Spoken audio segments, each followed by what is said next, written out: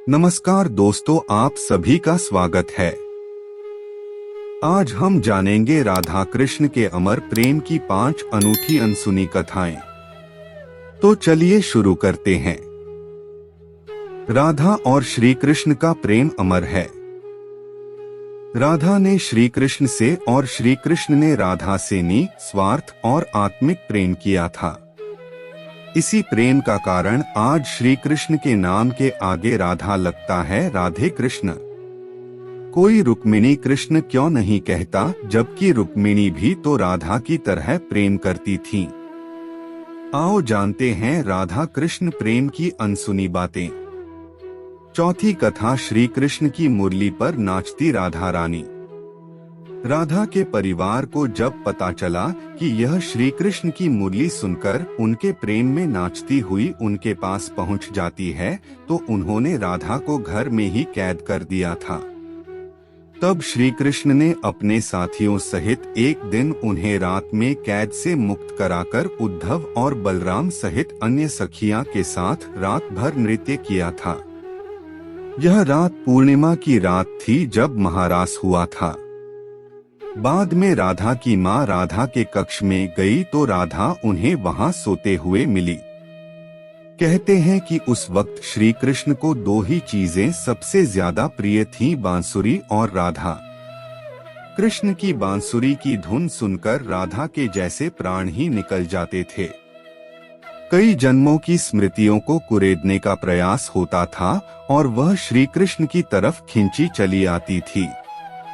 भगवान श्री कृष्ण के पास एक मुरली थी जिसे उन्होंने राधा को छोड़कर मथुरा जाने से पहले दे दी थी।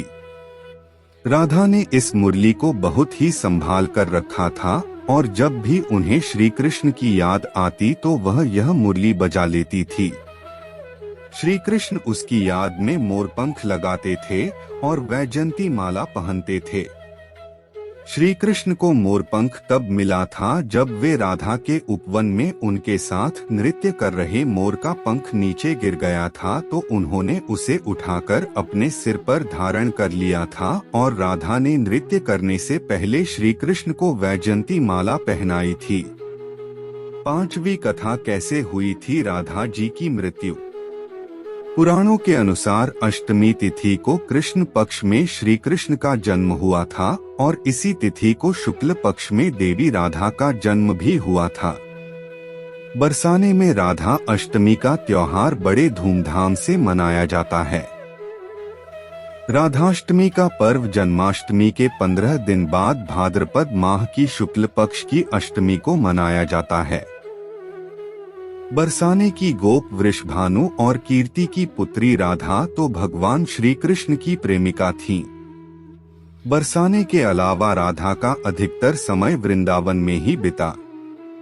राधा ने जब कृष्ण को देखा तो वह बेसुध हो गई थी। कहते हैं पहली बार उन्होंने श्री कृष्ण को तब देखा था जब उनकी माँ यशोदा ने उन्हें ओखली से बांध दिया था। कुछ लोग कहते हैं कि वह पहली बार गोकुल अपने पिता वृषभानु जी के साथ आई थी, तब श्री कृष्ण को पहली बार देखा था। कुछ विद्वानों के अनुसार संकेत तीर्थ पर पहली बार दोनों की मुलाकात हुई थी। तभी से दोनों में प्रेम हो गया था। श्री कृष्ण और राधा विवाह करना चाहते थे, परंतु यशोदा और गर्ग मुनि के समझने पर यह विवाह नहीं हो सका। फिर श्री कृष्ण गोकुल वृंदावन को हमेशा के लिए छोड़कर मथुरा चले गए और मथुरा से द्वारिका। परंतु इस दौरान भी वे कभी राधा को नहीं भूले और राधा भी श्री कृष्ण को कभी नहीं भूली। कहते हैं कि जब कृष्ण वृंदावन छोड़कर मथुरा चले गए तब राधा के लिए उन्हें देखना और उनसे मिलना और दुर्लभ हो गया।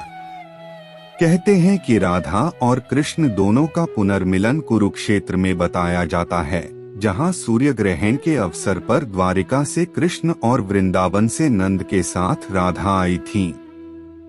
राधा सिर्फ कृष्ण को देखने और उनसे मिलने ही नंद के साथ गई थीं। इसका जिक्र पुराणों में मिलता है। कहते हैं कि इसके बाद राधा और श्री कृष्ण की अंतिम मुलाकात द्वारिका में हुई थी। सारे कर्तव्यों से मुक्त होने के बाद राधा आखिरी बार अपने प्रियतम कृष्ण से मिलने गईं। जब वे द्वारका पहुंची तो उन्होंने कृष्ण के महल और उनकी 8 पत्नियों को देखा। जब कृष्ण ने राधा को देखा तो वे बहुत प्रसन्न हुए। तब राधा के अनुरोध पर कृष्ण ने उन्हें महल में एक देविका के पद पर नियुक्त कर दिया। कहते हैं कि वहीं पर राधा महल से जुड़े कार्य देखती थीं और मौका मिलते ही वे कृष्ण के दर्शन कर लेती थीं। एक दिन उदास होकर राधा ने महल से दूर जाना तय किया। कहते हैं कि राधा एक जंगल के गांव में रहने लगी। धीरे धीरे समय बीता और राधा बिल्कुल अकेली और कमजोर हो गई। उस वक्त उन्हें भगवान श्री कृष्ण की याद सताने लगी। आखिरी समय में भगवान श्री कृष्ण उनके सामने आ गए। भगवान श्री कृष्ण ने राधा से कहा कि वे उनसे कुछ मांग लें, लेकिन राधा ने मना कर दिया। कृष्ण के दोबारा अनुरोध करने पर राधा ने कहा कि वे आखिरी बार उन्हें बांसुरी बजाते देखना और सुनना चाहती हैं। श्री कृष्ण ने बांसुरी ली और बेहद सुरीली धुन में बजाने लगे। श्री कृष्ण ने दिन रात बांसुरी बजाई। बांसुरी की धुन सुनते सुनते एक दिन राधा ने अपने शरीर का त्याग कर दिया। दोस्तों, अगर आपको ये राधा कृष्ण के अमर प्रेम की अनूठी अनसुनी कथाएं पार्ट 2 पसंद आई हो तो इसे अपने दोस्तों व रिश्तेदारों के साथ शेयर एंड सब्सक्राइब जरूर करें। हमें कमेंट करके जरूर बताएं। आपके कीमती समय के लिए धन्यवाद।